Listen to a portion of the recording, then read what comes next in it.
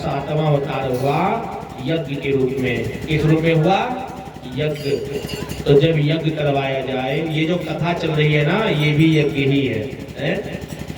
इसे ज्ञान यज्ञ कहते हैं। और जो स्वाहा स्वाहा किया था वो यज्ञ है, आहुति का हवन होता है, यज्ञ होता है। तो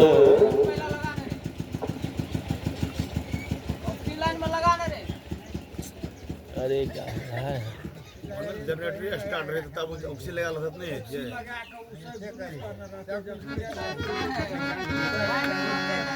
नारायण नारायण नारायण नारायण नारायण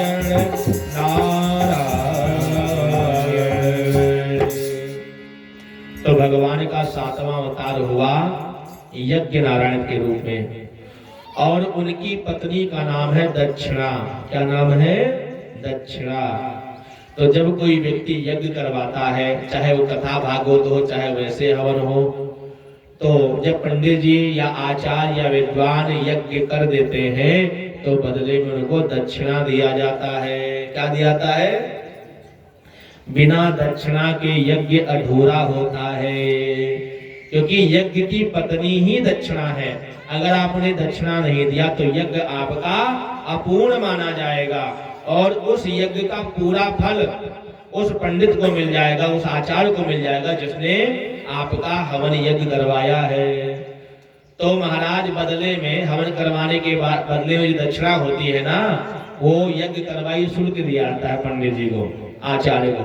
अगर आपने नहीं दिया तो पूरा सामान आपने लगाया, परिश्रम आपने क्या लगाया, फल पूरा पंडित जी लेके चले जाएंगे। हाँ, इसीलिए यज्ञ की पत्नी का नाम दक्षिणा है। बिना दक्षिणा के यज्ञ अपूर्ण माना जाता है। 8वां अवतार भगवान ने ऋषभ देव के रूप में अवतार ग्रहण किया है और भगवान ऋषभ देव ने परमहंस वृत्ति के बारे में बताया है। 9वां अवतार स्वयं भगवान पृथु के रूप में आए हैं, धरती को समतल किया है और भगवान पृथु ने पूरे धरती का शासन अपने हाथ में लिया है। 10वां अवतार महाराज सत्यव्रत पे कृपा करने के लिए भगवान ने मछली का अवतार लिया है, मत्स्यावतार ग्रहण किया है। जब महाराज दुर्वासा ऋषि के श्राप से देवता लोग श्रीहीन हो गए तो भगवान ने मंदराचल पर्वत को अपनी पीठ पे धारण करने के लिए कछुए का अवतार लिया है। कूर्म अवतार ग्रहण करके महाराज भगवान ने मनोरथ सिद्ध किया है। और परमात्मा ने जब मनुष्यों के ऊपर रोग आ गया, अनेकों प्रकार की व्याधियां आने लगी, तो स्वयं महाराज दुनिया के पहले डॉक्टर बन के आ गए और भगवान का नाम पड़ गया धन्वंतरी। आयुर्वेद के भगवान बने। क्या नाम पड़ा? धन्वंतरी। साथ में भगवान धन्वंतरी ने अमृत का कलश भी लेके आए हैं। बोले धन्वंतरी भगवान की जय। तो दुनिया के पहले डॉक्टर हमारे ठाकुर जी ही है, कोई दूसरा नहीं है। भगवान ने महाराज जब देखा दैत्य लोग अमृत कलश लेकर के भग गए हैं, देवता लोग निराश हो गए हैं, तो भगवान ने महाराज उन दैत्यों से छलने के लिए छलिया का रूप धारण किया है, मोहनी का रूप धारण किया। हाँ, हमारे ठाकुर जी भी महाराज जब लाल लिपस्टिक क्रीम पाउडर लगावे तो अच्छे अच्छे महाराज घायल हो जाए। हाँ, हमारे कन्हैया ने मोहनी अवतार ले लिया, नारायण भगवान ने, और महाराज देवताओं को अमृत पिला दिया और राक्षसों को दारू पिला दिया। तो जो लोग दारू पीते हैं समझ लो किनकी बुद्धि है। बोले भक्त भगवान की जय। दारू पीने वाले की बुद्धि में दैत्य की बुद्धि आ जाती है। दारू पीने वाले के घर में लड़ाई झगड़ा होता रहता है। दारू पीने वाले का हमारा समाज में सम्मान नहीं मिलता है। और अगर घर में महाराज लड़ाई झगड़ा ज्यादा चाहते हैं, क्लेश ज्यादा चाहते हैं, तो दारू शराब पिए, अन्यथा नहीं पीना चाहिए। राक्षसी बुद्धि चाहिए तो दारू पियो, और महाराज देवत्व बुद्धि चाहिए, देवताओं की बुद्धि चाहिए तो दूध पियो। अब आपको मैंने दोनों बता दिया है, देवता बनना है कि राक्षस बनना है। अगर राक्षसी बुद्धि चाहिए तो दारू पियो, और देवताओं की बुद्धि चाहिए तो दूध पियो, खूब दूध पियो, खूब छाछ पियो। दूध दही घी खाने वाले के अंदर शरीर में बल होता है और देवत्व बुद्धि का विकास होता है। विशेष रूप से अगर गाय का दूध पिए तो और अच्छा होता है, देसी गाय का। लेकिन अगर देसी गाय का ना मिले तो हमारा दूध होना चाहिए, चाहे भैंस का ही क्यों ना हो, है दूध तो दूध ही है। भगवान ने महाराज मोहिनी अवतार लेकर के देवताओं को अमृत पिलाया है। 14वां अवतार भगवान अपने भक्त प्रहलाद पे कृपा करने के लिए, उसके प्राण की रक्षा करने के लिए भगवान ने नरसिंह अवतार ग्रहण किया है। बोले नरसिंह भगवान की जय। और जब बलि तीनों लोगों पे विजय प्राप्त करके इंद्र बनने का प्रयास किया तो भगवान ने वामन अवतार ग्रहण किया है। 3 पग में सारी धरती, आकाश, पाताल पूरा तीनों लोगों को माप लिया है। जब धरती पे अन्याय नाचार बढ़ गया, पापी लोग बढ़ गए, अधर्मी विधर्मी बढ़ गए, तो 21 बार धरती से शत्रुहीन क्षत्रियहीन करने के लिए भगवान ने परशुराम अवतार ग्रहण किया है। बोले परशुराम भगवान की जय। अब ये सारी धरती को 21 बार राजाओं से हीन कर दिया। जितने भी नेता मंत्री संतरी जंत्री हैं सबको नष्ट करके 21 बार धरती को ब्राह्मणों को दान कर दिया। किसको दान कर दिया? ब्राह्मणों को। इसलिए ये सारी धरती ब्राह्मणों की है महाराज। फिर वो ब्राह्मण जो थे ये पुनः धरती को लौटा दिया, वापस कर दिया राजाओं को कि भैया हम क्या करेंगे धरती को, हम तो पूजा पाठ करेंगे, यज्ञ अनुष्ठान करेंगे, आप लोग प्रजा का पालन करो ईमानदारी के साथ। तो इसलिए इस दृष्टि से देखा जाए तो ये सारी धरती अमेरिका, लंदन, पुर्तगाल से लगा करके पूरी पृथ्वी ब्राह्मणों की है? हाँ, वो छोड़ दिया बात अलग है, लेकिन भगवान ने परशुराम ने सब कुछ दान कर दिया था। इसीलिए महाराज ब्राह्मण लोग वामन भगवान को कम मानते हैं, परशुराम जी को ज्यादा मानते हैं। गलत कह रहा हूं कि सही कह रहा हूं बताओ? जहां देखो परशुराम जी का चौक, परशुराम सेना मंडल, परशुराम सब, क्योंकि परशुराम ने खूब दान किया और ब्राह्मणों को दान किया। 21 बार सारी धरती को महाराज जीत करके दान किया है। 17वां अवतार भगवान ने व्यास के रूप में प्रकट हुए हैं। वेदों का, शास्त्रों का महाराज प्रणयन किया है। जो लुप्त हो गए थे वेद शास्त्र, उनको भगवान ने प्रादुर्भूत किया है। 18वां अवतार महाराज जब धरती पे अनाचार दुराचार बढ़ गया, रावण कुंभकर्ण जैसे दुष्ट दानव आ गए, तो भगवान ने श्री राम के रूप में अवतार ग्रहण किया है। मर्यादा को, मानव को सिखाया है और दैत्यों का सर्वनाश किया है। 19वां अवतार भगवान ने कन्हैया के बड़े भाई बलराम बन के आए हैं। हाँ, और 20वां अवतार भगवान श्री कृष्ण स्वयं आए हैं। श्री कृष्णा भगवान स्वयं, भगवान कृष्ण ही आए हैं, साक्षात परमात्मा।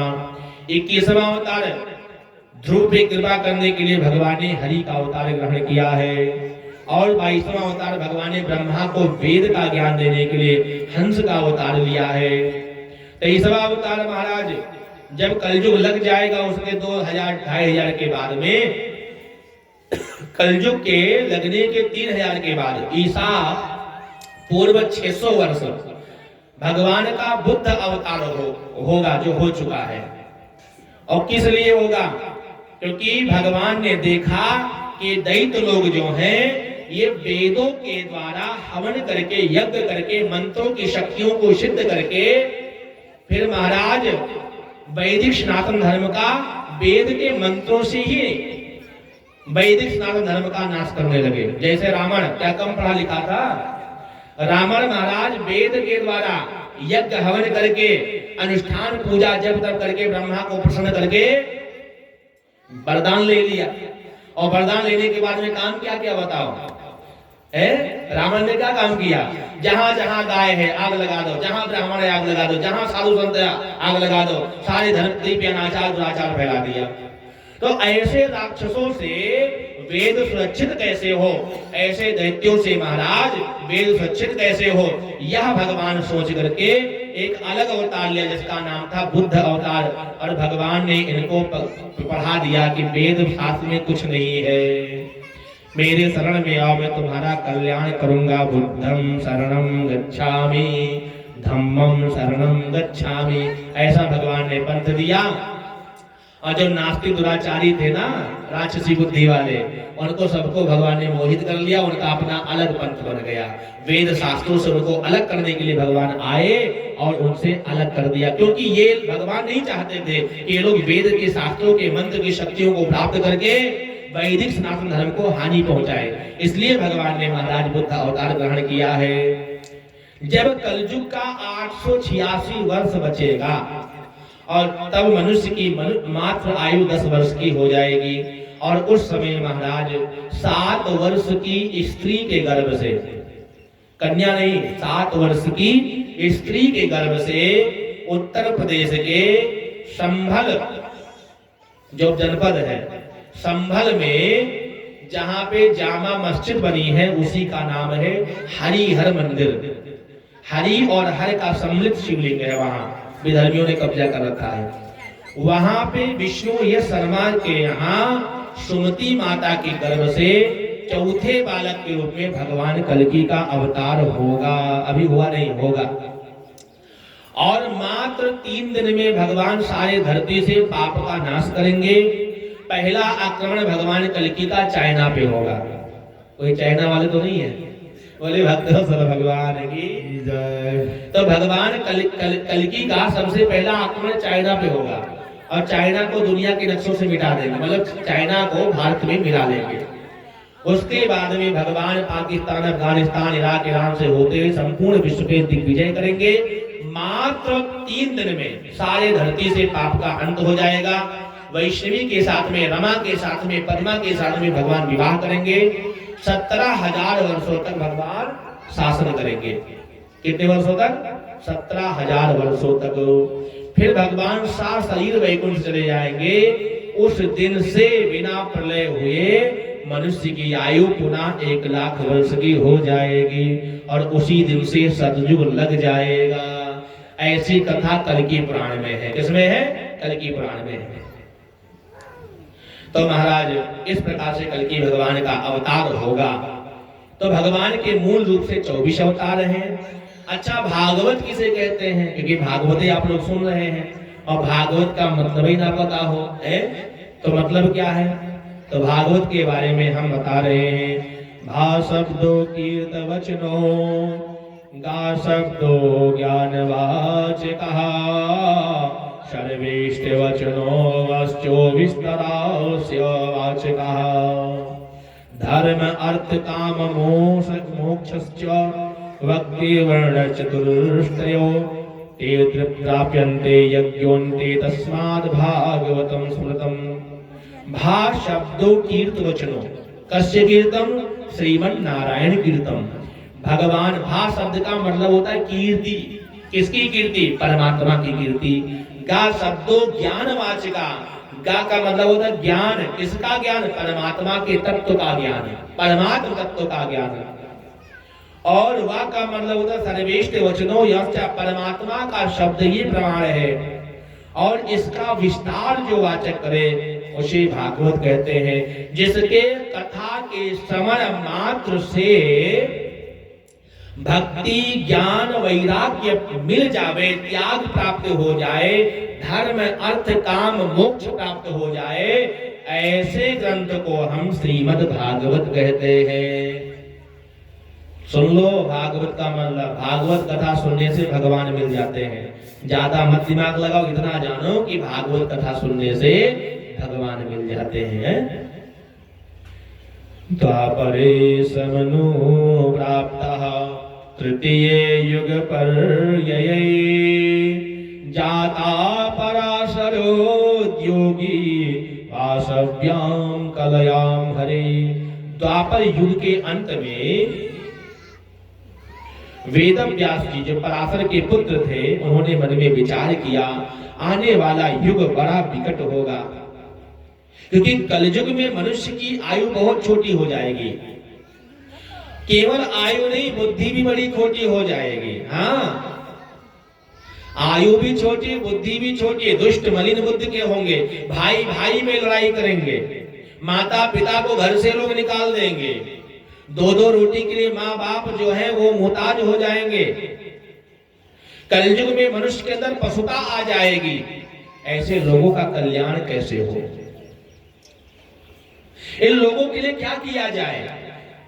तो इनको वैदिक ज्ञान देना अनिवार्य है। जब तक वैदिक ज्ञान नहीं पाएंगे माँ बाप के बारे में, तब तक वो समझ नहीं पाएंगे। धर्म के बारे में जब तक उनको जानकारी नहीं होगा। आजकल सबसे बड़ा दुर्भाग्य ये है कि हिंदू राष्ट्र नेपाल में धर्मांतरण बड़े जोरों से हो रहा है, और ये कोई और नहीं करवा रहा है, अपना ही हिंदू भाई दूसरे व्यक्ति को धर्मांतरण करवा रहा है। हाँ, ऐसे जयचंदों को मैं बोल रहा हूं, चेतावनी पूर्वक कान खोल करके सुन लो। तुम जो ये धर्मांतरण करवा रहे हो ना, इससे तुम्हारा ही सर्वनाश होगा। क्योंकि महाराज भारत पे निमंत्रण किसने दिया था? जयचंद ने दिया था गौरी को।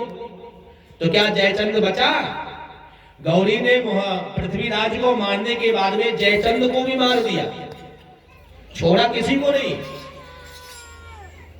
हाँ, तो ये जो धर्मांतरण कराने वाले हैं, जो सोच रहे कि हम बच जाएंगे, वो बचने वाले नहीं है, उनकी भी बड़ी दुर्गति होगी। और एक बात हम बता रहे हैं, ध्यान से सुन लीजिए, आपके देवी देवताओं में बड़ा सामर्थ्य है। किसी भी देवी देवताओं का मजहब पंथ स्वीकार करने की आवश्यकता नहीं है। आपके देवता सबसे शक्तिमान है, सर्वशक्तिमान है, सबसे शक्तिशाली है। माता छिन्नमस्ता के पास जाइए, जो मन्नत मांगोगे पूरा हो जाएगा। सही कह रहा हूं, गलत कह रहा हूं? बताओ। कंकाली माता के पास जाइए, जो मन्नत मांगोगे पूरा हो जाएगा। जब हमारी देवी देवता सर्व सामर्थ्यवान है, तो हम किसी की गुलामी क्यों करें? मरना स्वीकार है अपने धर्म में, लेकिन पराये धर्म को स्वीकार करना भयंकर पाप है। स्वधर्मे निधनो श्रेष्ठ पर धर्मा भयावह, श्रीमद् भगवद गीता में बताया भगवान ने। अपने धर्म में तो मर जाना भी श्रेष्ठ है, दूसरे धर्म की अधीनता स्वीकार करना तो बहुत बड़ा दुख है, बहुत बड़ा पाप है। तो महाराज अब भागवत की ले लो, अगर ध्यान से। भागवत में तो वो सामर्थ्य कि हम तो कहते हैं भागवत से मोक्ष नहीं, भागवत से अमृत भी मिल जाता है। हाँ, अमृत मिल जाता है भागवत से, लेकिन भागवत जैसा सुनना पड़ेगा। फिर जिनको नहीं मालूम है ना, हम बता रहे हैं, आप यहां से जाना, मेरठ जनपद पड़ता है यूपी में, जिसका नाम है शुक्र तीर्थ, सुखताल कहते हैं, जहां पे बैठ करके सुखदेव जी ने कथा सुनाया था। जिस पेड़ के नीचे सुनाया था, वो पेड़ अमर हो गया। क्या हो गया? अमर हो गया। तो जब पेड़ पौधे अमर हो सकते हैं, तो राजा परीक्षित अमर नहीं हो सकते थे? बताओ। राजा परीक्षित ने तो अमर तो मांगा ही नहीं था, इसलिए उनकी मोक्ष मिल गई, मुक्ति मिल गई। और एक बात और बता रहा हूं, दुनिया का आश्चर्यजनक घटना।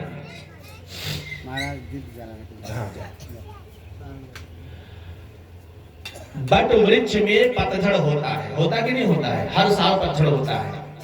लेकिन जिस पेड़ के नीचे सुखदेव जी ने कथा सुनाया, उस पेड़ का पतझड़ भी नहीं होता है। एक पत्ता नहीं टूटता अपने आप, अगर आप तोड़ोगे तो टूटेगा, अन्यथा नहीं टूटेगा। पत्ता ही पत्ता। मतलब उस अमृत के प्रभाव से पेड़ अमर तो हुआ, उसके पत्ते भी महाराज तोड़ने से टूटते हैं, पतझड़ होना बंद हो गया, मतलब पत्ते भी अमर हो गए हैं। अब तुम तोड़ दो तो बात अलग है, अन्यथा पत्ते भी नहीं टूटते हैं, झड़ते नहीं है। ऐसा कई बड़े वृक्ष देखा है आपने दुनिया में? तो जब पेड़ पौधे अमर हो सकते, तो क्या आपका शरीर अमर नहीं हो सकता है? लेकिन जिस हिसाब से सुखदेव ने कथा सुनाया है, जिस विधि से महाराज सूत जी ने कथा सुनाया है, उस विधि तो सुनकर तो देखो, वैसा नियम तो करके देखो। मैंने बताया है, 7 दिन घी पी के कथा सुनो, रात दिन कथा का श्रवण करो और जागरण करो, फिर देखो क्या चमत्कार होता है। लेकिन हो नहीं पाएगा। तो जैसा आपका भावना है, जैसी कथा सुनेंगे वैसे फल मिलेगा। भागवत तो भगवान है, साक्षात ईश्वर है।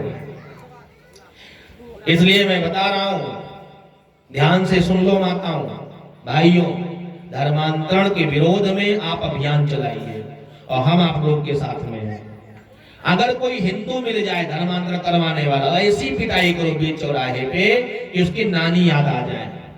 हाँ, और जीवन में भूल जाए धर्मांतरण कराना। और जो धर्मांतरण करा चुके हैं उनके लिए भी अभी विधान है।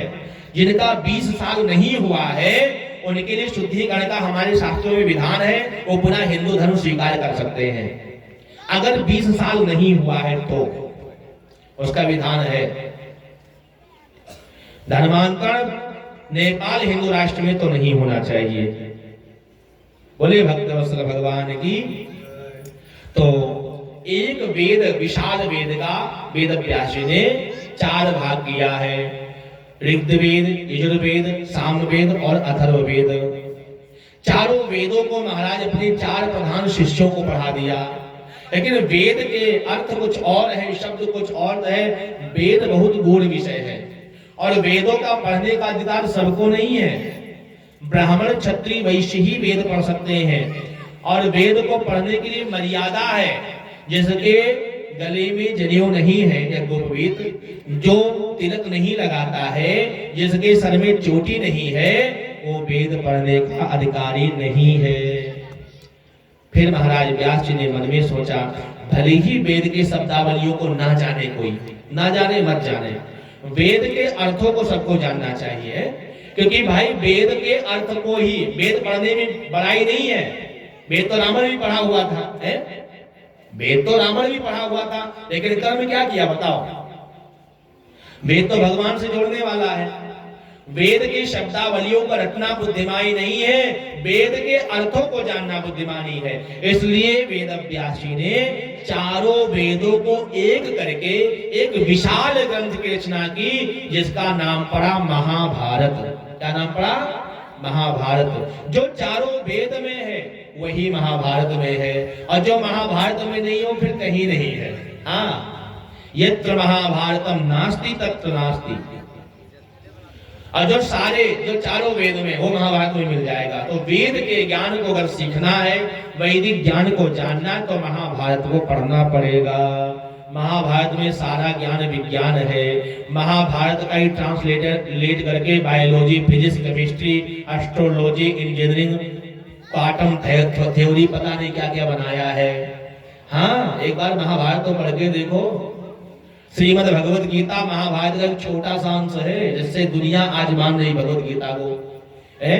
क्वांटम थ्योरी पे रिसर्च किया है भगवत गीता के द्वारा, एक श्लोक का आशय लेकर के।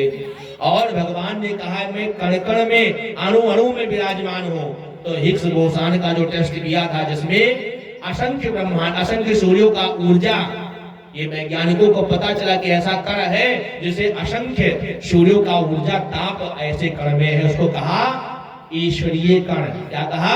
ईश्वरीय कण। इसकी खोज अभी भी कर रहे हैं। तो महाराज जितनी भी विज्ञान तरक्की किया है, वो सारा कुछ महाभारत में है। अच्छे ज्ञान को अगर सुनना है, अच्छी नीति को जानना है महाराज, तो विदुर की नीति है, युधिष्ठिर की नीति है, भीष्म पितामह की नीति है। और बुरे नीति में जानना चाहते तो हमारा शकुनी मामा है? शकुनी मामा जी के जैसा आजकल नेता नहीं है। ये तो पानी भरने लायक भी नहीं है। हाँ, बुराई के लिए भी महाराज महाभारत है, अच्छाई के लिए भी महाभारत है। आप चाहते क्या हो? महाभारत ही एक ऐसा महाराज हुआ है इतिहास में, ऐसा युद्ध जिसमें भाई भाई का खून पिया है। ऐसा तो कहीं अभी तक नहीं हुआ है। भले ही कलयुग कितना बढ़ गया हो, लेकिन भाई भाई का खून पिया है, बताओ। लेकिन महाभारत में पिया है, भीम ने पिया है। किसका पिया? दुशासन का पिया है, छाती चीर के पिया है, अंजलि भर के खून लेकर गए हैं। और महाराज पांचाली के केसों को धोया है, दुर्योधन की जंगा तोड़ी है। तो जो महाभारत में अगर बुराई चाहते तो एक से एक बुराई मिल जाएंगे। मतलब उसमें भी आप सरदार रहोगे, दानवी शक्तियों के सरदार रहोगे। अगर तुम मतलब कुछ अलग बनना चाहते हो और अच्छाई चाहते हो, तो अच्छाई एक से एक है। यत्र महाभारतम नास्ति तत्र नास्ति। हम लोग वेद का मंत्र पढ़ते हैं, अम्बे अम्बिके अम्बालिके नमानयति कश्चन शाश्वतः शभाद्रिकाम काम्पीलभाषणीम। और वही अम्बा, अंबिका, अंबालिका का चरित्र पूरे महाभारत में है। द्रौपदी का चरित्र पूरे महाभारत में है कि नहीं? है बताओ। तो महाभारत के बाद कुछ पढ़ने जो है। अब ये भागवत भी महाभारत से ही निकला है, देवी भागवत भी महाभारत से ही निकला है, 18 पुराण भी महाभारत से ही निकले हैं। इसलिए जो कुछ है सब महाभारत में है। तो महाभारत को लिखा, फिर मन में सोचा महाभारत तो लिख दिया मैंने, अपने प्रधान शिष्य जो वैशंपायन, उनको पढ़ाया है। फिर भी आत्मा को शांति नहीं मिली तो एक एक करके 17 पुराणों की रचना कर डाली। और महाभारत सबको पढ़ने का अधिकार है, ब्राह्मण हो, क्षत्रिय हो, वैश्य हो, शूद्र हो, कोई भी व्यक्ति क्यों ना हो। महाभारत में द्वार सबके लिए खुल गया, सब लोग पढ़ सकते हो महाभारत। माताएं भी पढ़ सकती, बच्चे, बालक भी, सब कोई पढ़ सकता है। उसमें नहीं नियम है कि जनेऊ होगा तो ही महाभारत पढ़ेंगे, त्रिपुंड होगा तो ही महाभारत पढ़ेंगे, शिखा होगी तो भी पढ़ेंगे। महाभारत में कोई नियम नहीं है, ले आओ पोथी खूब पढ़ो। हाँ, और जो ज्ञान आपको वेद में मिलेगा वही ज्ञान महाभारत से मिल जाएगा। फिर भी महाराज व्यास जी को जब शांति नहीं मिली, 17 पुराणों की रचना किया, फिर भी शांति नहीं मिली, तो नारद जी का आगमन हुआ। बोले नारद जी महाराज की जय। नारद जी ने कहा, आराश्चर्य महाभागा भवता कश्चिदात्मना परितुष्यत शरीरेव आत्मा मानस एव। हे पराशर नंदन वेदव्यास, क्या आपका शरीर, आपका मन, आपकी वाणी में सब कुशलता तो है?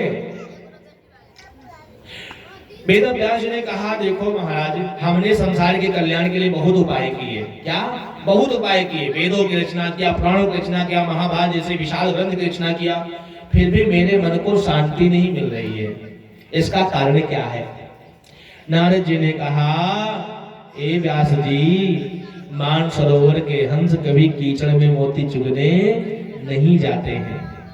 आपने संसार के लिए किया है, अच्छी बात है, लेकिन कभी कभी महाराज ज्यादा ज्ञान भी घातक होता है, खराब होता है। हाँ, आपने वेद में लिखा है, यज्ञेन पशून आलभेद, यज्ञ में पशुओं की बलि देना चाहिए। लिखा कि नहीं लिखा है? और इसीलिए यज्ञ में पशुओं की बलि दिया जाने लगा है। लेकिन दूसरी जगह आपने लिखा है, वरस्य कन्यायाम हृदयम आलभेद, वर कन्या का हृदय का आलभन करें। अब आलभन का दो अर्थ होता है, एक अर्थ होता है मान देना, बलि दे देना, और दूसरा अर्थ होता है स्पर्श कर देना है। दोनों होता है ना अर्थ।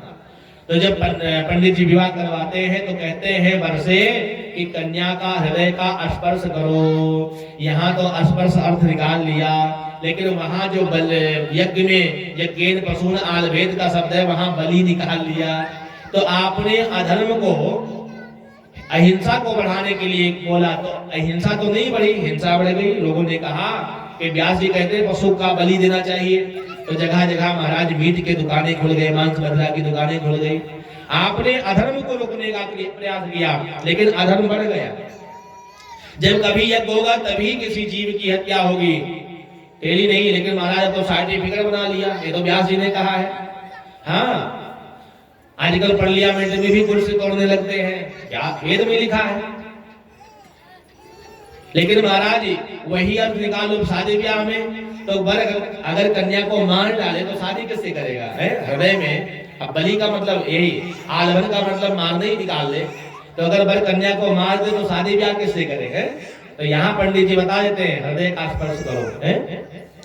इसलिए आपने ज्ञान का जो है सदुपयोग होना चाहिए, लेकिन आपके ज्ञान का दुरुपयोग होने लगा।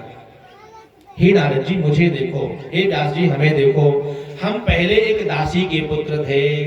मेरे मैया जो थी किसी ब्राह्मण के घर में झाड़ू पोछा लगाती थी, सेवा करती थी। ब्राह्मण बड़े बड़े दयालु थे। ब्राह्मण दयालु होते ही हैं, ब्राह्मण दयालु होते हैं। कौन से ब्राह्मण? जो सात्विक होते हैं, जो मांस मदिरा खाने वाले होते वो नहीं होते हैं। क्योंकि उनके अंदर बुद्धि वही आ जाती है राक्षसी वाला। मांस मदिरा का भक्षण करने वाला कोई भी हो, उसकी बुद्धि ठीक नहीं रहेगी। और जो सात्विक विचार से युक्त होगा वो बहुत दयालु होगा, बहुत अच्छा होगा। तो ये ब्राह्मण बहुत दयालु थे, वैष्णव थे, भगवान की सेवा पूजन करते थे। और हमारी माता जब इनके यहाँ सेवा करती थी तो उनका सम्मान करते थे। एक समय की बात है, चातुर्मास आ गया और कुछ साधु संत पंडित जी के घर में आ गए रहने के लिए, चातुर्मास व्यतीत करने के लिए। पंडित जी ने मेरी माता का सेवा उन्हीं में लगा दिया कि आप लोग बाबाओं की सेवा करना।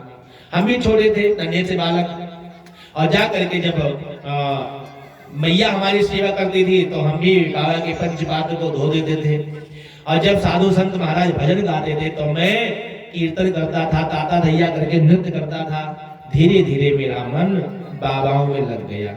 चातुर्मास व्यतीत हुआ, बाबा लोग जाने लगे।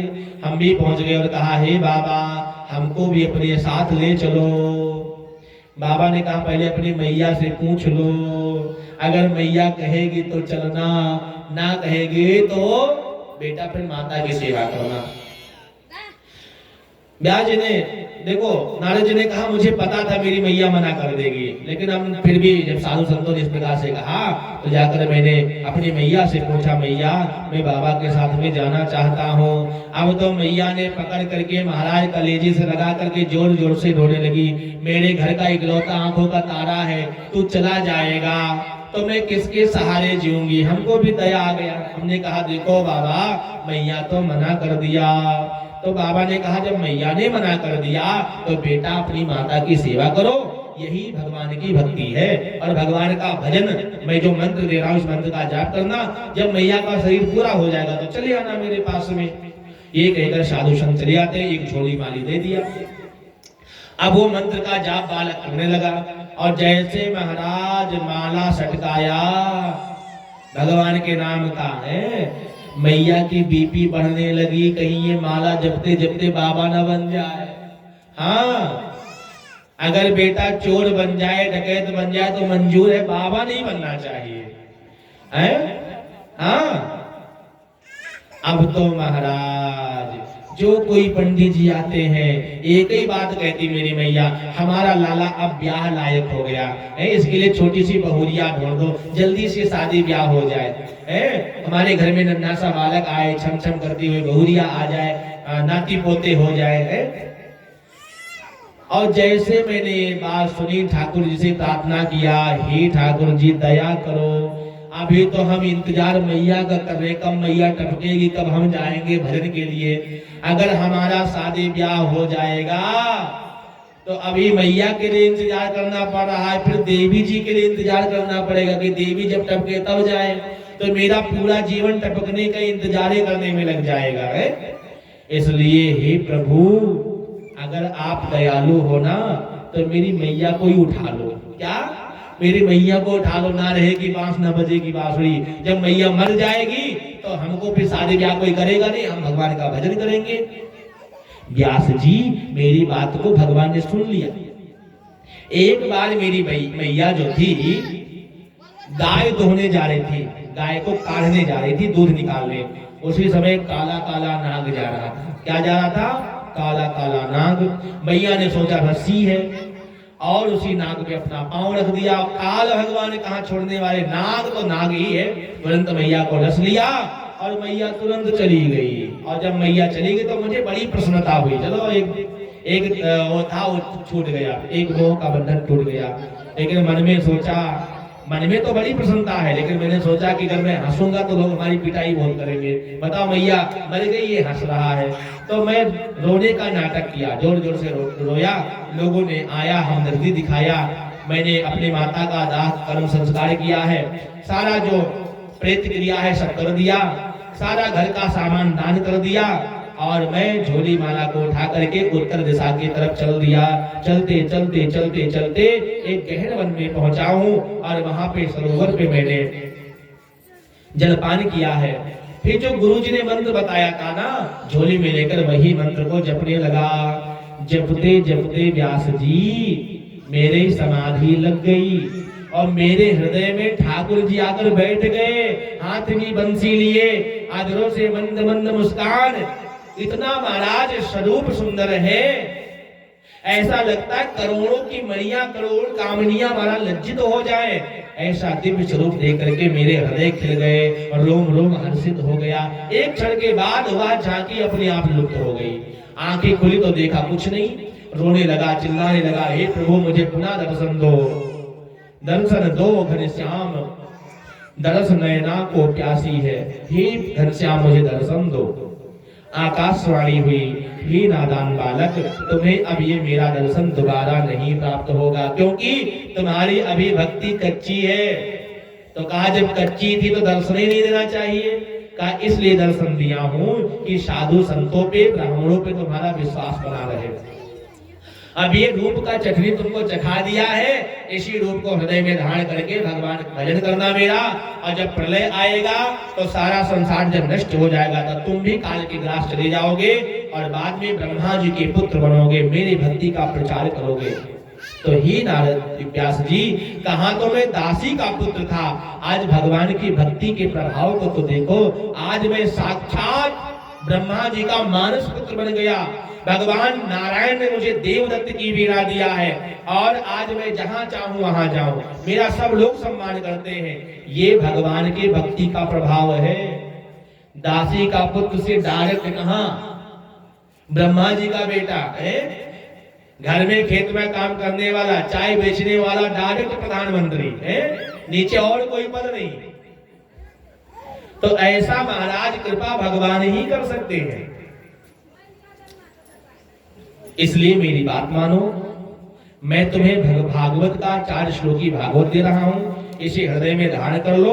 और आप व्यास है, वेश्यादीन वेदादीन विधि गति इति सा व्यासा, जो वेद शास्त्रों का विस्तार करे उसे व्यास कहते हैं। आप व्यास हैं, 4 श्लोकी की जो भागवत है इसको विशाल ग्रंथ बनाओ। और महाराज 4 श्लोकी भागवत वेद व्यास जी को नारद जी ने प्रदान किया है। आप लोग भी 4 श्लोकी भागवत को श्रवण करें। अहमेवा समेवाग्रे नान्यद यद सद सद परम पश्चादहं यदेतन्यो यो वशिष्येत सोऽस्म्यहम् हृदयतं यद प्रतीयेत न प्रतीयेत चात्मनि तद्विदादात्मनो माया यथा भासो यथा तमः यथा महन्ति भूतानि भूतेषुश्चावचेष्यनो प्रविष्टान्य प्रविष्टानि यथा तेषु न ते स्वहम् एतावदेव जिज्ञासा तत्त्वजिज्ञासुनात्मनः अन्वयाव्यतिरेकाभ्याम् यदस्यात् सर्वत्र सर्वदा यदस्यात् सर्वत्र सर्वदा। ये 4 श्लोकी भागवत वेद व्यास जी को नारद जी ने प्रदान किया। नारद जी सरस्वती नदी के तट पे बैठे हैं, हाथ में सरस्वती नदी को का जल लिया है। नारायणं नमस्कृत्यं नरं चैव नरोत्तमं देवीं सरस्वती व्यासं ततो जयमुदीरयेत। और जैसे आचमन किया है, 4 श्लोक की भागवत 18,000 श्लोक 12 स्कंद 335 अध्याय में विशाल ग्रंथ आकर के हृदय में विराजमान हो गया। बोले भागवत भगवान की जय। अब इस विशाल ग्रंथ की रचना वेद व्यास जी ने किया है। फिर मन में सोचा ये जो विशाल ग्रंथ है ये परमहंसों की संहिता है, इसे किसको पढ़ाया जाए, क्योंकि साधारण लोगों को भागवत का उपदेश नहीं करना चाहिए। भागवत केवल परमहंसों की वाणी है, इसलिए सबसे पहले इसको परमहंस को ही देना चाहिए। मन में सोचा परमहंस कौन है, फिर ध्यान आया ओहो मेरे ही घर में मेरा बालक जन्म लिया है और जन्म लेते ही महाराज घर बार छोड़ करके चला गया भगवान का भजन करने। क्या उससे भी बड़ा कोई परमहंस है? जिसने नानक छीरन भी संस्कार नहीं चला गया भगवान के ध्यान में पूजन के लिए, सबसे बड़ा परमहंस तो वही है। लेकिन वो मेरी कथा क्यों सुनेगा भागवत का? वो तो निराकार ब्रह्म की सत्ता में डूबा हुआ है, लेकिन पढ़ाना उसी को है, ऐसा मन में संकल्प किया। घर में अपने आश्रम में छोटे छोटे शिष्य थे जो पढ़ने के लिए आते थे। जब गुरुकुल आप खोलते ना तो गुरुकुल में विद्यार्थी आते हैं पढ़ने के लिए, तो गुरुकुलों में जो विद्यार्थी थे उनको कुछ श्लोक भागवत के रटा दिया है और कहा जब तुम्हें भय हो, कष्ट हो, दुख हो, जीव जंतुओं से अगर आपको भय लगे तो इन श्लोकों का गान करना तो आप भय से मुक्त हो जाओगे। तो जो बच्चे थे ना गुरुकुल के, वो लकड़ी बीनने जाते थे। यज्ञ में जो लकड़ी का प्रयोग करते हैं उसी शमिधा बोलते हैं। क्या बोलते हैं? शमिधा। वो शमिधा को बीनने जाते थे। आम का बट वृक्ष का, बरगद का, पीपल का जो लकड़ी होती है उसी से हवन किया जाता है। तो वो जब बीनने जाते थे तो जो भागवत की श्लोक हैं उनका गान कर रहे हैं। पहले श्लोक में भगवान की सुंदरता का वर्णन है, कितने सुंदर ठाकुर जी हैं।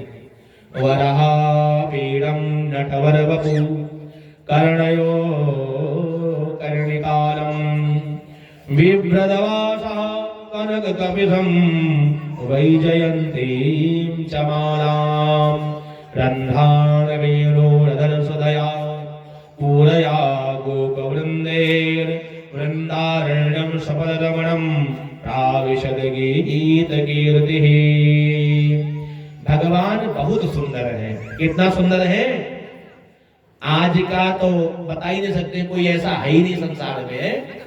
करोड़ों कामदेव जिसकी सुंदरता से लज्जित हो जाए, इतने सुंदर। और भगवान अपने स्वरूप को सजाते भी खूब हैं। गुंजा की माला, तुलसी की माला, वैजंती की माला, कनेर की माला, गेंदा की माला, जितने माला हैं सारे माले को वृक्ष की लताओं के गुलमों के द्वारा भगवान अपना श्रृंगार करते हैं। जैसे कोई अभिनेता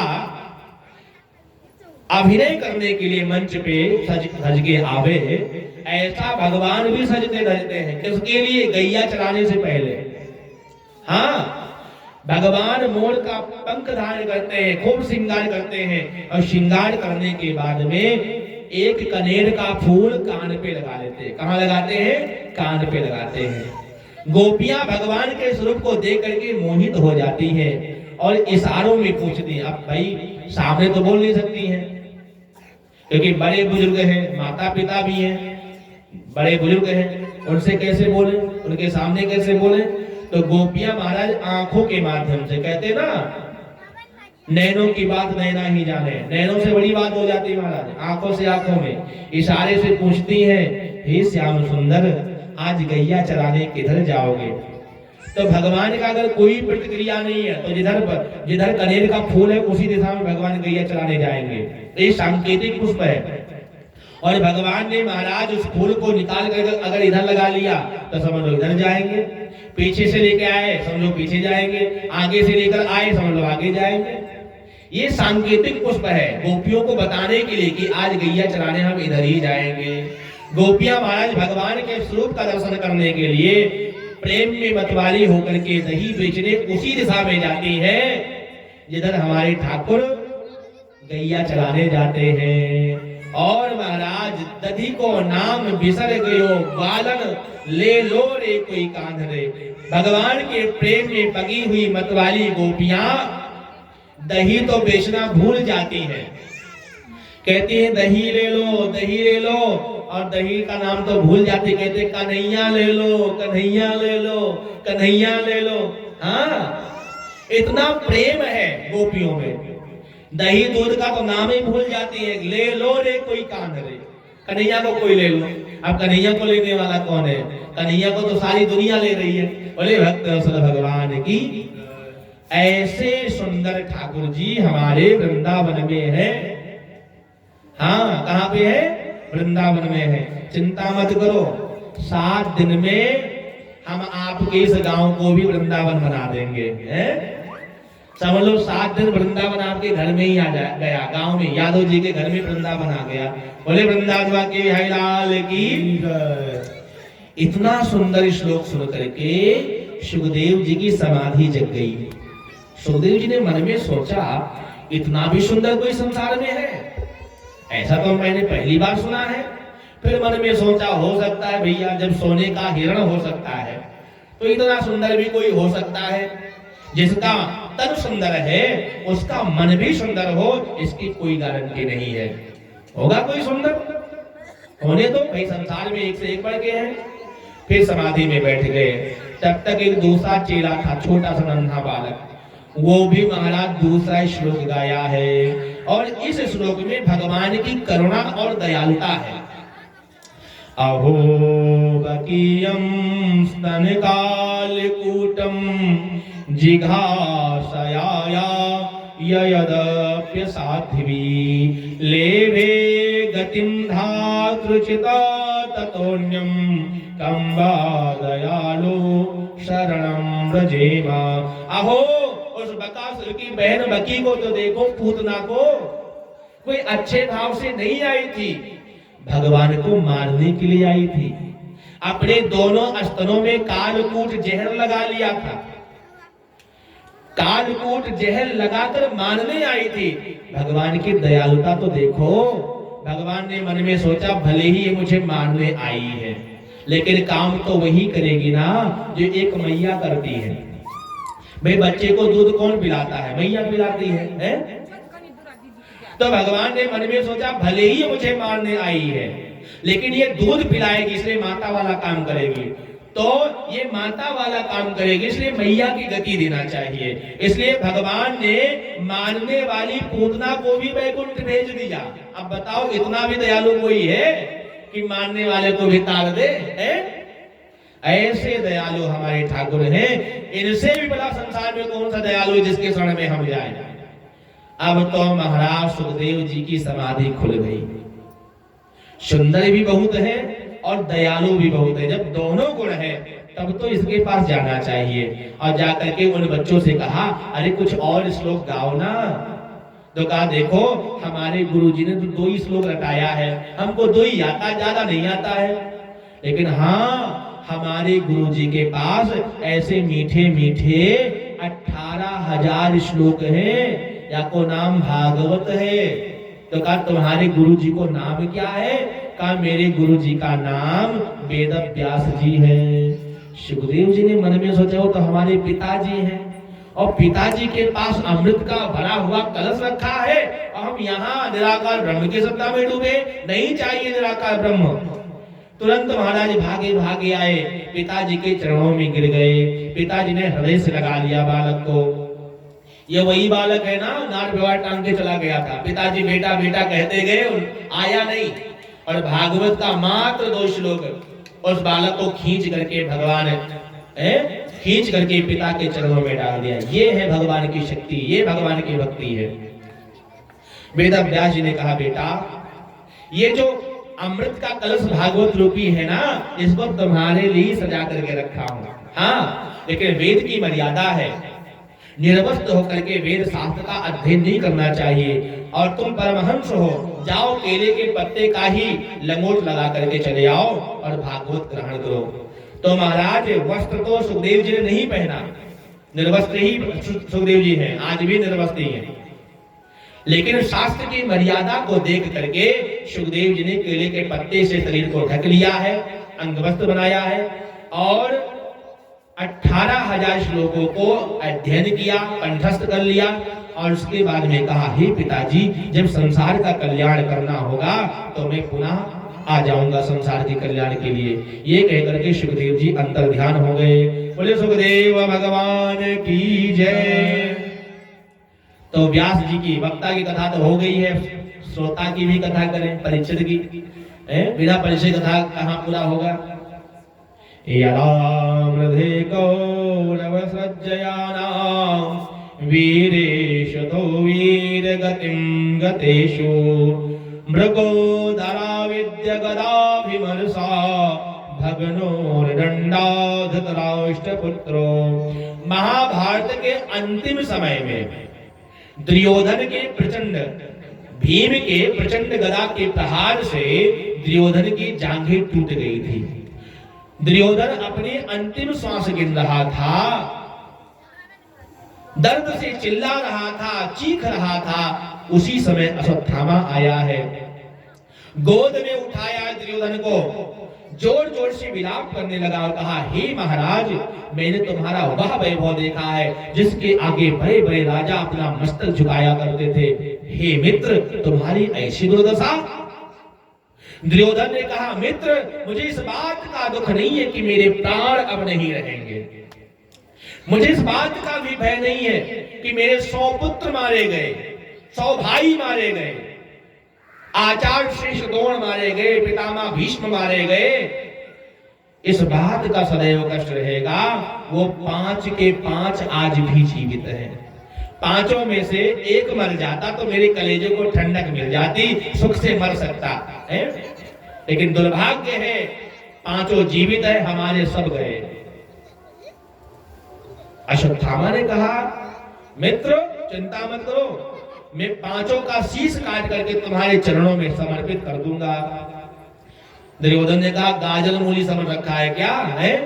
तिनके लिए लड़ते लड़ते 18 दिन हो गया, कोई बाल बांका नहीं कर पाया, तुम कहते हो पांचों पांडवों का शीश काट लाऊंगा? कहा हाँ मित्र, मैं पांचों पांडवों का सिर काट लेके आऊंगा। अभी भी कुछ नहीं बिगड़ा है। तुरंत महाराज दुर्योधन ने अपने जांघ से खून निकाला और आज तिलक कर दिया, कहा सेनापति आज तुम मेरे, लेकिन एक बार मरने से पहले पांडवों के कटे हुए मस्तक दिखा दो। तुरंत महाराज अश्वत्थामा चल पड़ा। अश्वत्थामा ने मन में विचार किया वो 5 हैं, हम अकेले हैं, अगर डायरेक्ट जाकर के भिड़ेंगे तो ऐसी पिटाई होगी, ऐसी पिटाई होगी कि युद्ध करने ही भूल जाएंगे है? इसलिए लड़ना नहीं है, चुपके से जाना है, जब सब लोग सो जाएंगे तो सबका मस्तक काट लेना है। एक बात बताऊं, इसने काक उलूक न्याय का आश्रय लिया। दिन में कौवे को दिखता है, उल्लू को नहीं दिखता है। हाँ, दिन में किसी को उल्लू दिखाई दिया बताओ? नहीं दिखाई देता। क्यों? क्योंकि उसको दिन में दिखाई नहीं देता, वो घोंसले में दुबका बैठा रहता है। और रात में कौवा को नहीं दिखाई देता है। हाँ, रात में कौवा नहीं उड़ता दिखेगा आपको, कहीं दिखेगा बताओ? और इन दोनों का जन्मजात बैर है। दिन में कौवा ढूंढ ढूंढ करके उल्लू को मारता है और रात में उल्लू ढूंढ ढूंढ के कौवे को मारता है। हाँ, रात के समय एक उल्लू ने झपट्टा मारा, बहुत से कौवे को मार दिया। समझ गया? बस यही न्याय है, रात में सोते हुए पांडवों का शीश काट लेंगे। और जिसके रक्षक मेरे गोविंद है, उनका बाल बांका कोई कर सकता है? भगवान को सब कुछ पता था, परमात्मा है ना। भगवान ने कहा ही पांडव आज विजय की रात्रि है, और विजय की रात्रि अपने शिविर में नहीं मनाते, चलो हम हमारे साथ में। भगवान पांचों पांडवों को लेकर चले गए, द्रौपदी आदि को लेकर चले गए। पांडवों की रिक्त सैया पे, सोनी सैया पे द्रौपदी के पांचों पुत्र, जो दिखने में पांडव जैसे ही लगते थे, वो आकर के सो जाते हैं। और ये अश्वत्थामा द्रौपदी के पांचों पुत्रों का शीश काट लिया और लेकर के जाकर कहा बधाई हो मित्र, बधाई हो, मैंने पांचों पांडवों का वध कर दिया। दुर्योधन ने कहा पांचों पांडव मारे गए? अरे मित्र, तुमने तो हारी हुई बाजी पलट दिया। कुछ समय के बाद में कहा जरा भीम का सिर मेरे पास लेके आओ, क्योंकि भीम बहुत बड़ा बलवान था ना, सबसे ज्यादा भीम ही ने मारा है।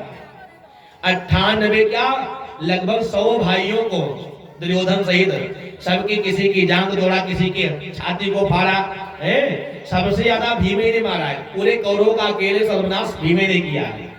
भीम से ज्यादा चिढ़ाता था, भीम वाला सिर लेके आओ। और जब भीम के पुत्र का सर लेकर आए, उसने अपने हाथ से दबाया और शीश टूट गया। दुर्योधन रोते हुए कहा अरे अश्वत्थामा, ये पांडव का सिर नहीं है। जिस भीम के ऊपर मेरी प्रचंड गदा का प्रहार होता था और भीम हिलता तक नहीं था, उस भीम का शीश इतना कोमल नहीं हो सकता है। तुमने पांडव को नहीं मारा है, तुमने पांडव के पुत्रों को मारा है। तुमने तो मुझे निर्वंश कर दिया, कहीं का नहीं छोड़ा। मेरा बैर पांडव से था, पांडव के पुत्रों से नहीं था। और दुर्योधन को महाराज ये श्राप लगा था कि सुख और दुख जब इकट्ठा होगा तभी तुम्हारी मृत्यु होगी। प्रसन्न हुआ पांडव मारे गए, दुखी हुआ पांडव के पुत्र हैं, उसी समय दुर्योधन की मृत्यु हो जाती है। अश्वत्थामा समझ गया अगर पांडव जीवित है तो मेरी खतरे की घंटी अब बज गई है। अश्वत्थामा तो भागने लगा महाराज। प्रातः काल हुआ, माता जो द्रौपदी है छाती पीट पीट के रो रही है, अपराध बालकों ने मेरा क्या बिगाड़ा था, कौन ऐसा दुष्ट है मेरे अपराध बालकों को मार डाला है। अर्जुन ने कहा अरे पांचाली, तुम्हें मालूम नहीं है, मुझे मालूम है, ये कृत्य किसी और का नहीं, अश्वत्थामा का है। धरती आकाश पाताल कहीं छिप जाएगा, मेरे गांडीव से नहीं बचेगा। भैया आवाज खींच रहा, देख लो माइक। मेरे गांडीव से नहीं बचेगा। उसी समय भीम, नकुल, सहदेव सब अपने अस्त्र शस्त्र को लेकर के चल पड़े।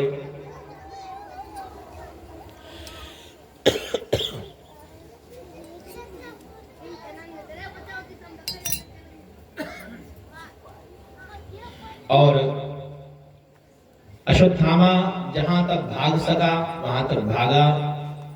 अंत में कहा, हे पांडव, तुम लोग अगर अपने जीवन को बचाना चाहते हो तो यहां से चले जाओ।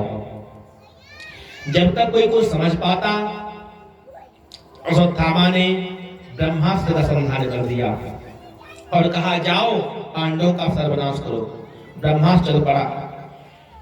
अर्जुन भगवान के चरणों में आ गए, ही प्रभु ही दया निधान मेरी रक्षा करो। भगवान ने कहा, अरे पांडव, हे अर्जुन, तुम्हें ब्रह्मास्त्र चलाना भी आता है और लौटाना भी आता है। भैया खींच रहा है आवाज।